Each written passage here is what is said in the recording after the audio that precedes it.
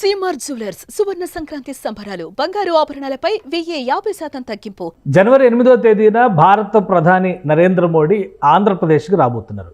ఈ సందర్భంగా అనేక కార్యక్రమాలు నిర్వహిస్తున్నారు. ప్రధానంగా గ్రీన్ హైడ్రోజన్ హబ్కి శంకుస్థాపనతో పాటు రైల్వే జోన్ భవనాలకి, సౌత్ కోస్ట్ రైల్వే జోన్ భవనాలకి ప్రధానమంత్రి శంకుస్థాపన చేయబోతున్నారు.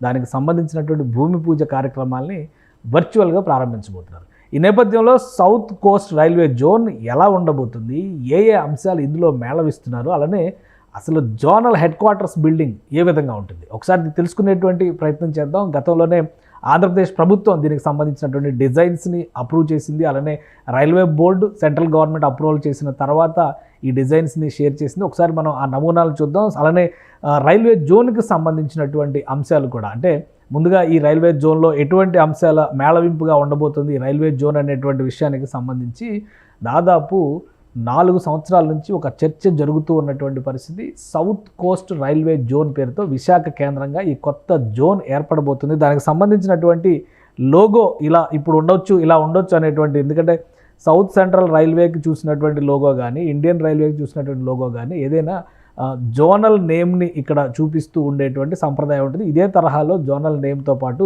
విశాఖపట్నం పేరుని, లొకేషన్ని డిసైడ్ చేస్తూ ఒక లోగో ఉంటుందనేటువంటి అభిప్రాయం ఉంది. So south coast railway zone అఫీషియల్గా ఏర్పడినట్టుగానే మనం భావించాల్సి ఉంటుంది. ఎందుకంటే ఇది 2020-21లోనే దీనికి సంబంధించినటువంటి అంచనాల్ని రైల్వే శాఖ, కేంద్రంలో ఉన్నటువంటి రైల్వే శాఖ డిజైన్ చేసింది. ఆ క్రమంలోనే కొత్త భవనం ఏర్పాటు అవుతుంది, భూమి పూజ చేస్తారు అని 3.5 సంవత్సరాల క్రితమే అనుకున్నారు. అయితే అప్పటి ప్రభుత్వం భూముల కేటాయింపు విషయంలో పెద్దగా ఆసక్తి చూపించకపోవడం అనేది సమస్యలకు కారణమైంది. ఒకసారి చూద్దాం రైల్వే నైసర్గిక స్వరూపం ఏ విధంగా ఉండబోతుంది. South coast railway zone, Visakhapatnam కేంద్రంగా ఏర్పడబోయేటువంటి రైల్వే జోన్కి సంబంధించినటువంటి నమూనా మ్యాప్ ఇది. మొత్తం రూట్ ట్రాకింగ్ని చూపించేటువంటి మ్యాపు. ఆంధ్రప్రదేశ్ పరిధిలో ఉన్నటువంటి రైల్వే లైన్స్ మొత్తం దాదాపుగా దీని పరిధిలోకి వచ్చేటువంటి అవకాశం ఉంది. ఈ విధంగా డిజైన్ చేశారు. ఆల్మోస్ట్ 16,000 కిలోమీటర్ల మేర ఉన్నటువంటి రాష్ట్రంలో విస్తరించి ఉన్నటువంటి రైల్వే జోన్ 4 డివిజన్లలో ఉంది. సో ఈ రైల్వే లైన్లన్నీ కూడా ఒక 4 డివిజన్ల పరిధిలో ఉన్నాయి. ఫస్ట్ ఇక్కడ చూస్తే వాల్టేరు డివిజన్ కనిపిస్తుంది మనకి. వాల్టేరు డివిజన్ ఉత్తరాంధ్ర ప్రాంతం మొత్తాన్ని కవర్ చేస్తుంది. అలానే ఒరిస్సాలోని కొంత ప్రాంతాన్ని కూడా వాల్టేరు డివిజన్ కవర్ చేస్తుంది. ఇక మధ్య ప్రాంతంలో చూస్తే కనుక ఇది విజయవాడ డివిజన్ కూడా చాలా పెద్ద డివిజన్. ఇక్కడ ట్రాఫిక్ ఎక్కువ, అలానే వచ్చేటువంటి రెవెన్యూస్ కూడా ఎక్కువ. ఇది విజయవాడ డివిజన్ కిందకు వస్తుంది. ఇక కొంత భాగం ఇక్కడ గుంటూరు డివిజన్, ఇది కొత్తగా ఏర్పడినటువంటి డివిజన్. అంటే ఏర్పడి చాలా కాలం అయింది, కాకపోతే మిగతా జోన్లతో పోల్చి చూసినప్పుడు ఇదే లేటెస్ట్ డివిజన్గా ఉంటుంది. ఇక రాయలసీమ, కర్ణాటకలోని కొన్ని ప్రాంతాలను కలుపుతూ గుంతకల్లు డివిజన్ ఉంది. ఈ గుంతకల్లు డివిజన్ని పూర్తిగా దాదాపు గుంతకల్లు డివిజన్ పరిధిలో ఉన్నటువంటి రైల్వే లైన్స్ మొత్తం కూడా సౌత్ కోస్ట్ రైల్వే లైన్లోకి రాబోతున్నాయి.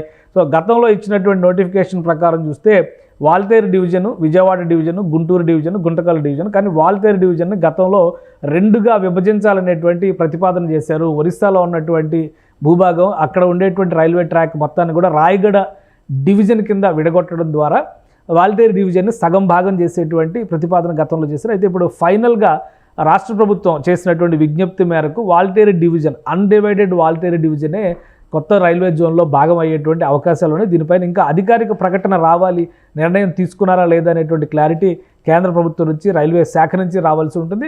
సో అదే Vijayawada division, Guntur division, Guntakal division చూస్తే కనుక దాదాపు 90% పైగానే ఈ జోన్లోకి వస్తే కృష్ణా జిల్లా పరిధిలో, జగ్గైపేట పరిధిలో ఉన్నటువంటి కొద్ది భాగం మాత్రమే సౌత్ సెంట్రల్ రైల్వే జోన్లోకి వెళ్ళేటువంటి అవకాశం ఉంది. అది ప్రస్తుతం విజయవాడ డివిజన్ పరిధిలో ఉన్నటువంటి రైల్వే లైన్లు అయినప్పటికీ కూడా కాజీపేట డివిజన్కి అలైన్గా పనిచేసేటువంటి లైన్లు కాబట్టి వాటిని సౌత్ సెంట్రల్ రైల్వేకే కేటాయించే అవకాశం ఉంది. సో ఇక జోనల్ వారీగా మనం ఒకసారి ఇక్కడ ఉన్నటువంటి అంచనాలని ఒకసారి మనం చూద్దాం. జోన్ల వారీగా ఉన్నటువంటి వైబిలిటీ, ముఖ్యంగా ఒక జోన్ నిర్వహించాలంటే కనుక అక్కడ ఆర్థికంగా లావాదేవీలు ఏ విధంగా నిర్వహిస్తారో, ఆర్థికంగా ఇది లాభదాయకమా కాదా అనేటువంటి అంశం మీద ఆధారపడి ఉంటుంది. సో 2020-21లో రైల్వే జోన్ ప్రకటన చేసేటువంటి సందర్భంలో కేంద్ర రైల్వే శాఖ ఈ జోన్ వైబిలిటీకి సంబంధించినటువంటి అంశాలను కూడా ప్రతిపాదించింది. ఒకసారి మనం చూద్దాం. మొత్తం ఈ జోన్ ఆపరేట్ చేసేటువంటి రైలు మార్గంలో దాదాపు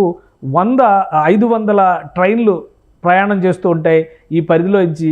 అలానే జోన్ రెవెన్యూ విషయంలో చూస్తే కూడా 13,000 కోట్ల రూపాయలు, సంవత్సరానికి 13,000 కోట్ల రూపాయల రెవెన్యూ ఉండేటువంటి అవకాశం ఉంది. కాబట్టి ఇది చిన్న జోన్ అనడానికి అవకాశం లేదు. ఫైనాన్షియల్గా వైబిలిటీ ఉన్నటువంటి జోన్ అనేటువంటి క్లారిటీ ఆ రోజే 2020-21లో ఇచ్చినటువంటి డిపిఆర్లో, అప్పుడు ఇచ్చినటువంటి డీటెయిల్డ్ ప్రాజెక్ట్ రిపోర్ట్లోనే సౌత్ కోస్టల్ రైల్వే జోన్కి సంబంధించి కేంద్ర రైల్వే శాఖ చేసినటువంటి ప్రకటన ఇది. కాబట్టి ఎలాంటి ఇబ్బందులు లేవు. జోన్ వైబిలిటీ విషయంలో కూడా క్లారిటీ ఉంది. ఇక భవనాల విషయానికి వచ్చేసరికి రైల్వే శాఖ ఒక డిజైన్ని రూపొందించింది. ఆ డిజైన్కి కేంద్ర ప్రభుత్వం ఆమోదం లభించింది. అదే డిజైన్ని రాష్ట్ర ప్రభుత్వానికి కూడా ప్రతిపాదించింది. ఆ డిజైన్ ఒకసారి మనం చూద్దాం. ఇప్పుడు ఈ డిజైన్కి సంబంధించినటువంటి టెండర్ల ప్రక్రియని గత నెలలో ప్రారంభించింది.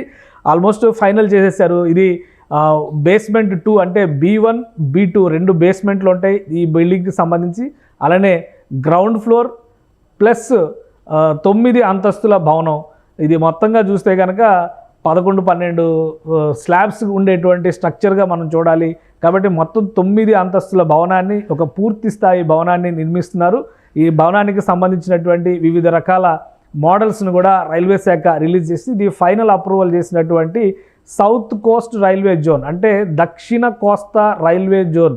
దీన్ని మనం చెప్పాల్సింది తీర ప్రాంతంలో ఉంటుంది కాబట్టి దక్షిణ కోస్తా రైల్వే జోన్ కింద దీన్ని నోటిఫై చేశారు. ఈ జోన్కి సంబంధించినటువంటి హెడ్ క్వార్టర్స్ విశాఖపట్నంలో ఏర్పడబోయేటువంటి హెడ్ క్వార్టర్స్ బిల్డింగ్ ఇది. 3-4 నమూనాలని రిలీజ్ చేశారు. ఇది ఫ్రంట్ వ్యూ పరంగా చూస్తే కనుక ఈ నమూనా ఈ విధంగా ఉంటుంది. ఇక్కడ ఒక పెద్ద వ్యవస్థ ఉంటుంది. జోన్కి జోనల్ మేనేజర్ని అపాయింట్ చేస్తారు, జిఎంని అపాయింట్ చేస్తారు. సో ఈ జోన్ జనరల్ మేనేజర్ని అపాయింట్మెంట్ జరుగుతుంది. దాని కింద డివిజన్స్కి సంబంధించినటువంటి విభాగాలు పనిచేస్తాయి. అలానే ఆ స్ట్రక్చర్ మొత్తం కూడా ఇతర జోన్లలో ఏ విధంగా ఉందో అదే విధంగా ఇక్కడ స్ట్రక్చర్ ఉంటుంది. మొత్తం ఏరియల్ వ్యూ ఇది ఈ ఏరియాకి సంబంధించినటువంటి నిర్మాణం. దానికి కావాల్సినటువంటి అన్ని వనరుల్ని, పార్కింగ్ని, పూర్తి వ్యవస్థల్ని కూడా ఇక్కడే తీర్చిదిద్దుతున్నారు. ఇది Visakhapatnam railway zone head quarters building. ఇదే HQ కింద మనం చూస్తాము ఇక రాబోయేటువంటి రోజుల్లో. ఇక ఈ బిల్డింగ్కి సంబంధించినటువంటి నిర్మాణ ప్రక్రియ పైన రైల్వే శాఖ ఇప్పటికే నోటిఫికేషన్ రిలీజ్ చేసింది, ఒక టెండర్ని రిలీజ్ చేసింది. లాస్ట్ మంత్ అంటే డిసెంబర్ 27వ తేదీన రిలీజ్ చేసింది. దీనికి సంబంధించినటువంటి టెండర్ ఫైనలైజేషన్, బిడ్డింగ్ స్టార్ట్ అయ్యేటువంటి డేట్ అవన్నీ కూడా క్లారిటీ ఇచ్చేసింది. కాబట్టి క్లోజింగ్ డేట్ 27తో పూర్తి అయిపోయింది. ఇక రిజల్ట్ అనౌన్స్ చేయాలంటే డిసెంబర్ 27కి దీనికి సంబంధించినటువంటి క్లోజింగ్ డేట్ని అనౌన్స్ చేసింది. బిడ్డింగ్ అంతా కూడా 13వ తేదీ నుంచి ఓపెన్ అయింది. ఎందుకంటే 13వ తేదీ తర్వాత ఎవరెవరు ఇందులో పోటీ చేశారో, ఈ బిడ్డింగ్ వేశారో వీళ్ళకి సంబంధించినటువంటి వివరాలంటే కేవలం ఈ బిల్డింగ్ నిర్మాణానికి సంబంధించి ఇది క్యాపిటల్ ఎక్స్పెండిచర్ కింద కన్సిడర్ చేసేటువంటి బిల్డింగ్ నిర్మాణం. డిసెంబర్ 27తో కనుక ఈ బిడ్డింగ్ సిస్టమ్ అంతా కూడా క్లోజ్ అయిపోతే వెండర్ని ఫైనల్ చేసేసేటువంటి ప్రాసెస్లో అధికారులు, రైల్వే శాఖ అధికారులు నిమగ్నమై ఉన్నారు. దీనికి సంబంధించి ప్రధానంగా ఇక్కడ మనం చూడాల్సింది ఏంటంటే ఈ టెండర్స్ కింద దీన్ని కాల్ఫర్ చేశారు. మొత్తం బిల్డింగ్ ఇన్ఫ్రాస్ట్రక్చర్ డెవలప్మెంట్ అంతా కూడా బాధ్యత ఒక వెండర్ని సెలెక్ట్ చేసిన తర్వాత పాకెట్ సిస్టమ్ కింద దీన్ని పనులు అప్పగిస్తున్నారు. అయితే దీనికి 24 నెలల టెన్యూర్ని డిసైడ్ చేశారు. 24 నెలలు అంటే దాదాపు 2 సంవత్సరాల కాలపరిమితి ఉంటుంది. ఒక 6 నెలల గ్రేస్ పీరియడ్ అంటే కూడా 2.5 సంవత్సరాలు అనుకోవాల్సి వస్తుంది. అయితే వీలైనంత వరకు ఆంధ్రప్రదేశ్లో ప్రతి పనిని టైం లైన్లో పూర్తి చేయాలని భావిస్తున్నారు. కాబట్టి 2027లో మళ్ళీ ఈ head quarters building, railway zone head quarters building ప్రారంభోత్సవానికి సిద్ధమయ్యేటువంటి అవకాశం ఉంటుంది. టోటల్గా ఇన్ఫ్రాస్ట్రక్చర్ డెవలప్మెంట్కి సంబంధించినటువంటి అంశాలన్నింటినీ కూడా ప్యాకేజీల రూపంలో విభజించడం ద్వారా వివిధ పథకాలకు వివిధ వెండర్స్ని డిసైడ్ చేస్తారు. డిసైడ్ చేసిన తర్వాత ఇది మొత్తం చూస్తే ఇక్కడ B2, B1, G+9 ఫ్లోర్స్, దానికి అండ్ అదర్ అసోసియేటెడ్ వర్క్స్, ఇది కూడా విశాఖపట్నం రైల్వే జోన్కి సంబంధించినటువంటి అదర్ అసోసియేటెడ్ వర్క్స్ని కూడా ఇందులో కోట్ చేశారు. సో ఇది మొత్తంగా పరిస్థితి. ఆంధ్రప్రదేశ్లో ఏర్పడబోతున్నటువంటి నూతన రైల్వే జోన్ ముఖ చిత్రం, రైల్వే జోన్ హెడ్ క్వార్టర్స్ ఇది.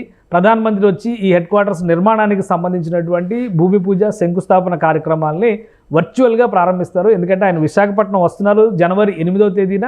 అలానే జనవరి 8వ తేదీన ఆంధ్ర యూనివర్సిటీ గ్రౌండ్లో జరిగేటువంటి బహిరంగ సభలో కూడా ఆయన ప్రసంగిస్తారు. అక్కడి నుంచే వర్చువల్గా ఈ పనులన్నింటినీ కూడా ప్రారంభిస్తారు. అంటే ఫిజికల్గా అక్కడికి వెళ్ళి పని చేయరు, కానీ ప్రారంభోత్సవాలు మొత్తం కూడా వర్చువల్గా జరుగుతాయి. ఇది రైల్వే శాఖ విషయంలో, నిర్వహణ విషయంలో కేంద్ర ప్రభుత్వం ప్రత్యేకమైనటువంటి ప్రాధాన్యం ఆంధ్రప్రదేశ్కి ఇస్తుంది. ఇప్పుడు చూస్తే కనుక ఆంధ్రప్రదేశ్లో 9,151 కోట్ల రూపాయల పనులు ప్రస్తుతం ఆంధ్రప్రదేశ్ పరిధిలో రైల్వే శాఖకు సంబంధించినటువంటి పనులు జరుగుతున్నాయి. 73 రైల్వే స్టేషన్ని Amrit Bharat railway station scheme కింద డెవలప్ చేస్తున్నారు. అలానే 74,000 కోట్ల రూపాయల విలువైనటువంటి పనులు వివిధ దశల్లో ఆంధ్రప్రదేశ్లో ఉన్నాయి. గతంలో రైల్వే జోన్ అంశం ఒక్కటే బాగా ఇబ్బందికరమైనటువంటి అంశంగా మారింది. ల్యాండ్ ఇష్యూని రాష్ట్ర ప్రభుత్వం కూటమి ప్రభుత్వం ఏర్పడిన తర్వాత సార్ట్అవుట్ చేసిన వెంటనే ల్యాండ్ అలాట్మెంట్ విషయంలో కేంద్రం కూడా సానుకూలత వ్యక్తం చేసింది. ఆ ల్యాండ్ పరిశీలించిన తర్వాత రైల్వే శాఖ జోనల్ కార్యాలయ నిర్మాణాలకు సంబంధించి ఒక గ్రీన్ సిగ్నల్ ఇచ్చింది. వెంటనే ఆ ఫైనల్ అప్రూవల్స్, డిజైన్స్ ఇవన్నీ కూడా చకచకా జరిగిపోయాయి. 6 నెలల్లో మొత్తానికి శంకుస్థాపన కార్యక్రమానికి వస్తుంది. 2 ఏళ్లలో ఈ సాకారం కాబోతుంది రైల్వే జోన్ అంశం. విశాఖ కేంద్రంగా రైల్వే జోన్ అంశం వైబిలిటీ విషయంలో, ఫైనాన్షియల్ అంశాల విషయంలో, ట్రాక్ విషయంలో వీటన్నిటిలో కూడా ఒక క్లారిటీ వచ్చింది. అయితే రైల్వే జోన్కి సంబంధించినటువంటి అఫీషియల్ ఎగ్జిస్టెన్స్కి సంబంధించి ఎప్పుడు రైల్వే శాఖ నోటిఫై చేస్తుందనేది ఇప్పుడు అందరిలోనూ ఆసక్తి రేకెత్తిస్తోంది. ప్రధానమంత్రి విశాఖ పర్యటనకి వచ్చేటువంటి సందర్భంలో రైల్వే జోన్తో పాటు మరికొన్ని కార్యక్రమాలకి భూమి పూజలు, శంకుస్థాపనలు, అలానే నేషనల్ హైవేస్కి సంబంధించిన ప్రాజెక్టులని జాతికి అంకితం చేయబోతున్నారు. వీటితో పాటు ఆంధ్రప్రదేశ్కి మరికొన్ని వరాలు ఇస్తారనేటువంటి ఆశ అందరిలోనూ ఉంది.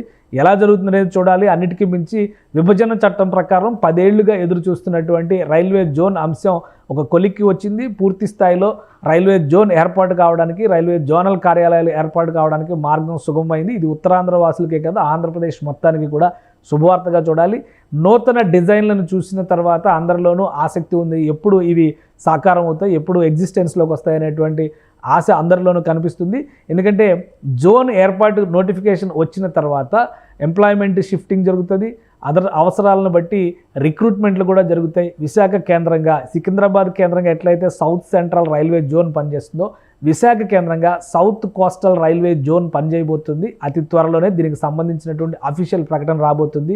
నూతన కార్యాలయ భవన నమూనాలు చూసిన తర్వాత అందరిలోనూ ఆశలు, ఆసక్తి పెరిగిందనే చెప్పాల్సి ఉంటుంది. సుమన్ టీవీలో మీ పర్సనల్ అండ్ బిజినెస్ ప్రమోషన్స్ కోసం కింది నెంబర్కి కాంటాక్ట్ చేయండి.